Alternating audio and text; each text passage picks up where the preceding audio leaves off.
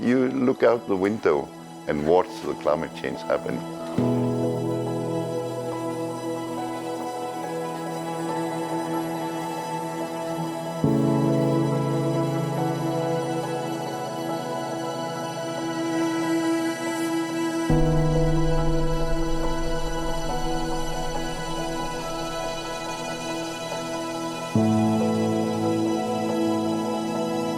I think Ilulissat is one of the most dramatic places in Greenland to see climate change because it has one of the largest glaciers in Ilulissat Ice Fjord, and it has some of the biggest changes.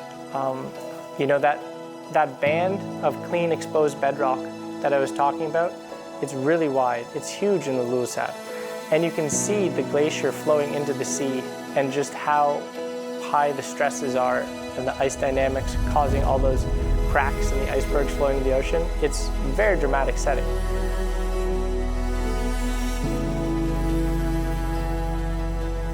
So when you stand on the fjord wall and you watch those icebergs slowly going into the ocean, you're watching about 1% of the global sea level rise contribution leaving Greenland and going into the ocean. It's one of the biggest point sources of ice loss from the ice sheet today.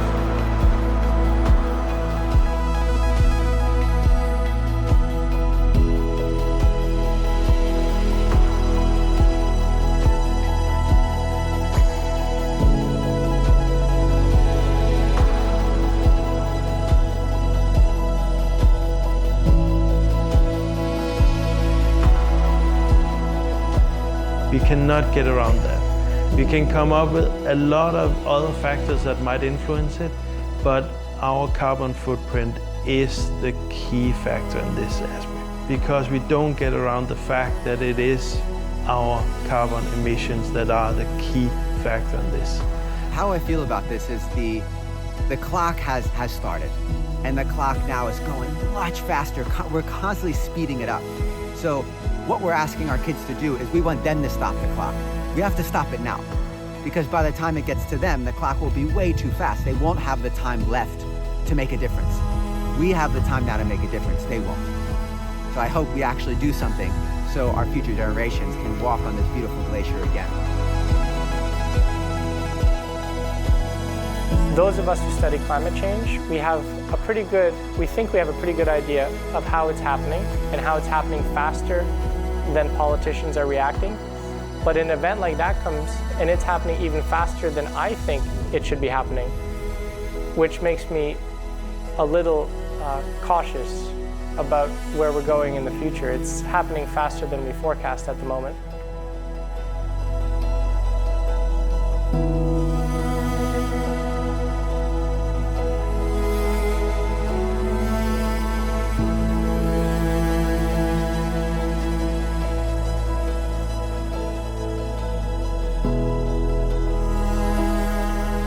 The world will not end. If we get climate change, it will be a new situation. But we will not all die, and the Earth will not end. It will just be another one. And it's very important that the young people do not panic and say, oh, now everything stops. No, we have to take the challenge to think, to adapt, and to cut back on emissions in a sensible way. But take it easy. Don't panic.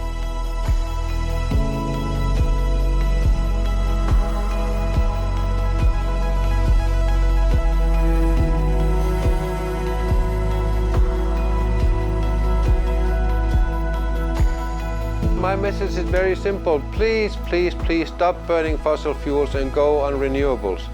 Wind, solar, hydropower, whatever. That would be so lovely. We can always do something individually. We don't have to wait for others to do so or tell us to do. And I think it's very important that we all think that we can start today. We don't have to wait. So I think focus should be replacing fossil fuel on very large volume consumers like power plants or production facilities in general. Our neighbors are burning, we are drowning, so please be more thoughtful of your fossil fuel consumption and commute to work by public transport at least once a week. That would be nice.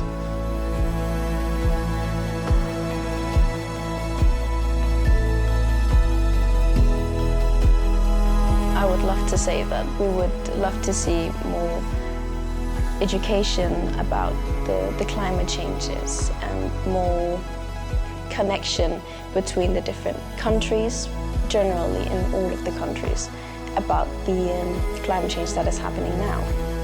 Because after all, climate change is under children's rights.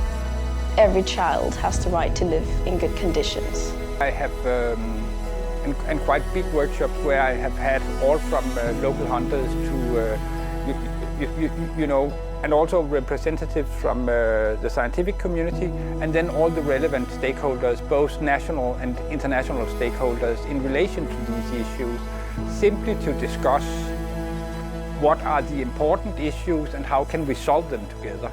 I don't want to stimulate ideas. I want to facilitate the process of getting the ideas, and I think that's one of the things that I can actually, that I can make people with very different backgrounds cooperate, and that's maybe my best quality. 解冻格陵兰采访纪录团队亲自造访11个城镇，与专家学者、政府官员、当地居民深度访谈。气候变迁已经是不争的事实，因应调适跟积极的付诸行动，才是我们每一位都必须面对的课题。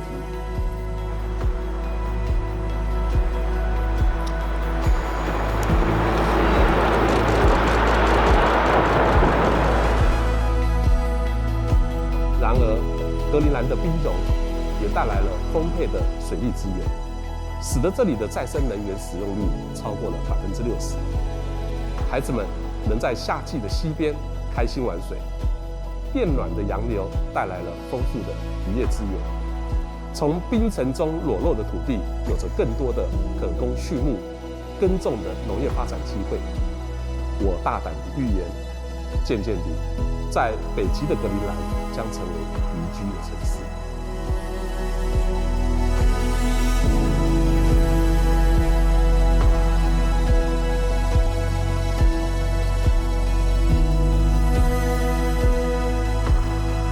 The best advice I feel I can give to this documentary is to support civil society to become more active in promoting solutions to climate change.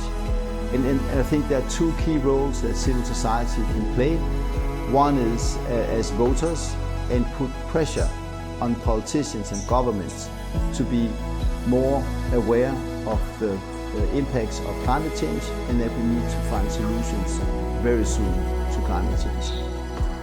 The second is becoming active consumers and put pressure on business to deliver more green products in line with the net zero targets, and also of course products that are green, more green in totality. And I think that the more you can link what you're doing on spot, on site, different places in the world, to the global movements for civil society, the more impact the documentary will have.